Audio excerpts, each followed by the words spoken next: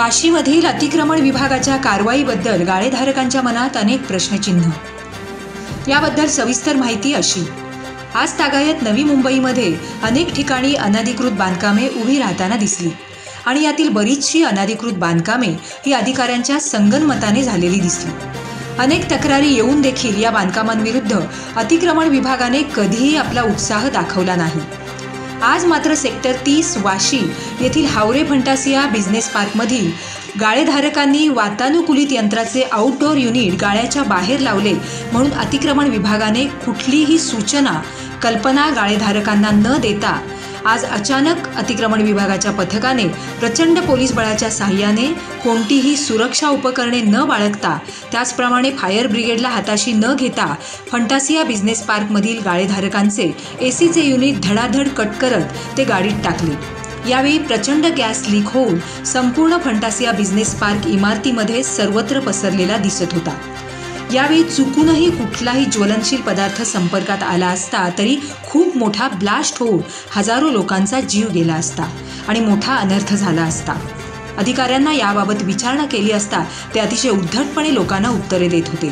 कुठलीही पूर्वकल्पना न देता गाळेधारकांचे एसी का काढले जातात असे विचारले असता अधिकाऱ्यांनी याबाबत आम्ही 10 ऑगस्टला सोसायटीचे अध्यक्ष यांना पत्राद्वारे कळवले होते असे माध्यमांना सांगितले व त्यांनी सोसायटी ऑफिसमधून 10 तारखेला पत्र मिळाल्याची पोचपावती दाखवली।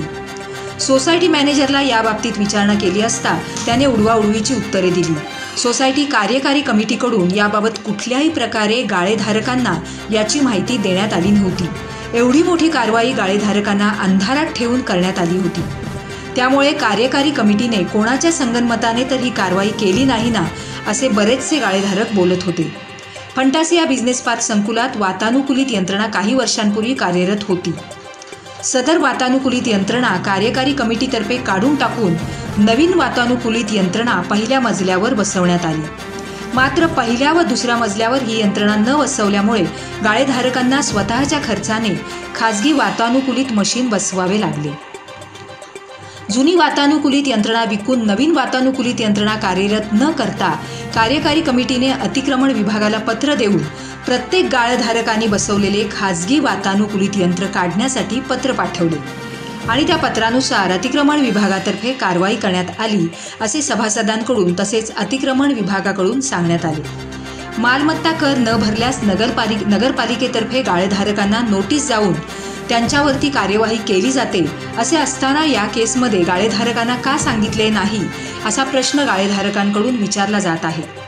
सर्वसाधारण उपजीविका करून आपले घर चालवणारे लघु उद्योजक येथे काम करत असतात। सरकार लघु उद्योजकांना प्रोत्साहन देत असताना नवी मुंबई महापालिकेमार्फत लघु उद्योगांची गळचेपी होताना दिसत होती। अतिक्रमण विभागाला इमारतीच्या आजूबाजूला झालेले अतिक्रमण दिसले नाही, मात्र या छोट्या छोट्या व्यापारी लोकांचे एसी काढून त्यांचा होणारा धंदा हा बंद पाडून त्यांचे लाखो रुपयांचे नुकसान करीत असल्याचे दिसले। याबाबत काही व्यापारी CCIकडे कंप्लेंट करणार आहेत तर काही व्यापारी हे कोर्टात जाणार असल्याचे सांगितले जात आहे। नवी मुंबई आयुक्तालयाच्या हद्दीमध्ये बेलापूर स्टेशनच्या जवळ असलेल्या झोपडपट्टीवरती अतिक्रमण विभागाकडून कारवाई केली जात नाही। वाशी सेक्टर 31 मधील झोपडपट्टीवरती कारवाई केली जात नाही। वाशी सेक्टर 9 मधील व्यापारी आपल्या दुकानाच्या बाहेर फुटपाथवरती 10 फूट जागेवर अतिक्रमण करून देखील त्यांच्यावरती कायम स्वरूपाची कार्यवाही करताना दिसत नाही। त्याचप्रमाणे वाशी APMC मध्ये देखील व्यापाऱ्यांनी केलेले अतिक्रमण हे महानगरपालिकेच्या अतिक्रमण विभागाला दिसत नाही की जाणून बुजून लक्ष दिले जात नाही असा प्रश्न सर्वसामान्य जनता विचारत आहे। फायर ब्रिगेडला बरोबर न घेता एसी काढण्याची कारवाई करणाऱ्या अधिकाऱ्यांवरती आयुक्त राजेश नार्वेकर काय कारवाई करणार आहेत याकडे संपूर्ण गाळेधारकांचे लक्ष लागले आहे। त्याचप्रमाणे गाळेधारकांना अंधारात ठेवणाऱ्या कार्यकारी कमिटीविरुद्ध चौकशीचे आदेश येऊन देखील त्यांची चौकशी का केली जात नाही अशी विचारणा करत आहेत। त्याचप्रमाणे कार्यकारी कमिटीवरती कोऑपरेटिव्ह हाऊसिंग सोसायटी फेडरेशन तसेच निबंधक काही कार्यवाही करणार का याकडे देखील लोकांचे लक्ष लागले आहे। गाळेधारकांचे मासिक उत्पन्न बंद करून हा भूखंड कोणाच्या घशात घालण्याचा तर प्रयत्न होत नाही ना असे देखील सभासदांकडून प्रश्न उपस्थित केले जात आहेत। मी 24 तास नवी मुंबई। साहेब यांनी लोकांना जी नोटीस दिले ती नोटीस आम्हाला दाखवा। जर समजा तुम्ही लोकांना नोटीस दिली असेल आणि तुम्ही कारवाई करत असाल तर ती कारवाई 100% योग्य आहे। आज तुम्ही इथे लोक मी तुम्हाला दाखवतो कितीतरी लोक इथे गॅसेस तुम्ही AC काढणार म्हणून ACचे गॅसेस लीक करतायत. इथे जर ब्लास्ट झाला तर तुम्ही अतिक्रमण इथे पोलीस आहेत तुम्ही स्वतःहून काढलेले आहे. पण आता तुमच्या समोर इथे AC काढले जात आहेत. इथे आमचं तुम्ही नाव सांगू शकता साहेब, आपण कोण आहे? मी नवनाथ खेडकर, वरिष्ठ लिपिक बोलतो. वरिष्ठ लिपिक कुठले तुम्ही? ऐका, नाही, अतिक्रमण नाही, वाशी वॉर्ड. अतिक्रमण वाशी ऐका, वॉर्ड. तुमचं विचारून झालं? नाही, तुमच्याकडे ही कधी कंप्लेंट आली होती? आम्हाला गाळेधारकांना नोटीस आलेली नसताना तुम्ही एखाद्या इमारतीचं प्रतिनिधित्व त्या इमारतीची सोसायटी करते. मग तुम्ही मुद्दा त्यांना क्रमांक म्हटलं- 1, आम्ही सोसायटीला नोटीस दिल्यानंतर त्या ठिकाणी सोसायटीची प्राथमिक जबाबदारी आहे की त्यांच्या सर्व सभासदांना ती माहिती उपलब्ध करून द्यायची आहे. जर ती तशी नसेल तर हा प्रश्न तुम्ही त्या संबंधित पदाधिकाऱ्यांना विचारायला हवा. पण साहेब, जर आज इथल्या जे आज शॉप ओनर आहेत त्यांना कुठलीही कल्पना नसताना आज ज्या पद्धतीने कार्यवाही केली जाते, या कार्यवाहीचं तुम्ही समर्थन कराल का? मी परत काय म्हणतोय, नीट ऐका. या इमारतीचं प्रतिनिधित्व करणारे संबंधित जबाबदार सोसायटीच्या पदाधिकाऱ्यांना नोटीस दिली आहे, नोटीस दिलेली आहे. मग ही कोण? थांबा ना, तुम्ही ही शॉर्ट नोटीस कालची आलेली आहे, 23 तारखेला आलेली आहे. कधी नोटीस दिली? आता जी नोटीस तुम्ही दिलेली आहे ती मी 10 तारखेला साहेब, तुम्ही काय सांगाल या नोटीसबद्दल? काय तुम्हाला आयडिया आहे का ही नोटीस कधी आली? यांनी जे आता मला दाखवलं त्या हिशोबाने 23 तारखेला नोटीस होती. ती कोणती नोटीस होती जी 23 तारखेला आलेली आहे? साहेब, आम्ही या ठिकाणी प्राथमिक गोष्ट तुम्हाला मी सांगतो की इथे कारवाई करत असताना कुठल्याही व्यक्तीला तुम्ही काढा म्हणून सांगितलेलं नाही.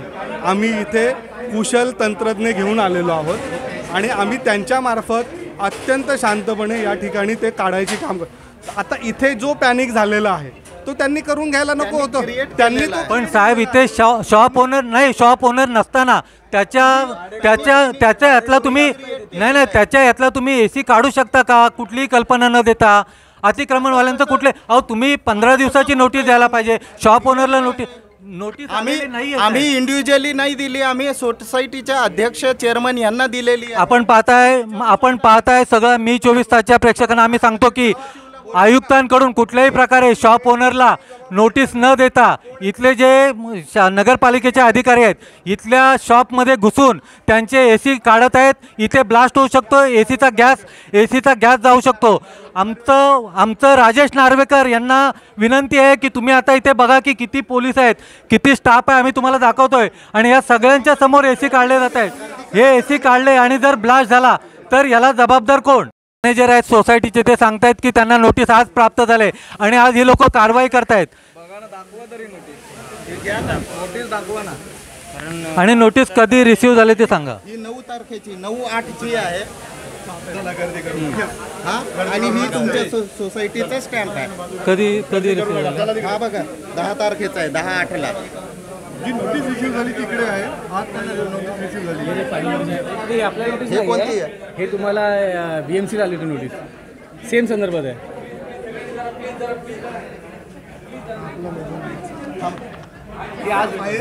ही फायरची आहे, ही आमची नाही आहे. ही आमची नाही आहे. आणि आम्हाला फायरचं जे आहे ना, फायरची आम्ही नोटीस तुम्हाला आलेली आहे. आज या ठिकाणी आमची 8 तारखेची नोटीस दाखवलेली माहिती आहे, आहे. मॅडमची नोटीस 15 आलेली दिवस झालेले आहेत. माहिती आहे. मग मी लास्ट टाइमला राकेश सोमत भेटलो होतो, त्यांना बोललो की साहेब केस चालू आहे, आमचे मीटरचे रेट्स आहेत ना, आता ते या फ्लक्च्युएट होतोय. महोदयांचा जो विषय तो आहे विषय वेगळा आहे. या महोदयांचा जो विषय नाही आहे ना, तुम्ही जे शॉप ओनर आहेत तर त्यांना तुम्ही सांगितलंय का की अशी नोटीस आले? तुम्हाला इथले जे शॉप ओनर आहेत 2 मिनिटं नाही सांगितलं. नाही live बोला. एक मिनिट, लाईव्हची बात नाही आहे. अजिबात नाही. माझ्या सोसायटी नोटीस आलेली आहे, त्याच्यावर मी दोनदा व्हिजिट करून आले. हां, तुम्ही आम्हाला जबाबदार धरू शकत नाही. कमिटीला अलर्ट केलेलं आहे. तुमच्यापेक्षा जास्त आमची जबाबदारी आहे. पण साहेब तुम्हाला मी एक विनंती करतो की एका मॅनेजरच्या किंवा एका कमिटी अध्यक्षामुळे एवढ्या लोकांचं नुकसान झालं. समजा इथे AC काढताना जर ब्लास्ट झाला तर त्याला जबाबदार कोण? तो आता लोक शॉपमध्ये नसताना तुम्ही त्यांचे AC काढताय, याचं तुम्ही समर्थन करताय? सोसायटीच्या पदाधिकाऱ्यांनी हे मान्य केलंय की आम्हाला 15 दिवसापूर्वी नोटीस मिळाली आहे, विषय संपला. म्हणून तुम्ही आता सगळ्यांचे AC काढणार आहात? हे बघा, आम्ही सगळ्यांचे जेवढ्यांचे AC काढता येईल तेवढ्यांचे काढणार. तक्रार आहे, कार्यवाही कर.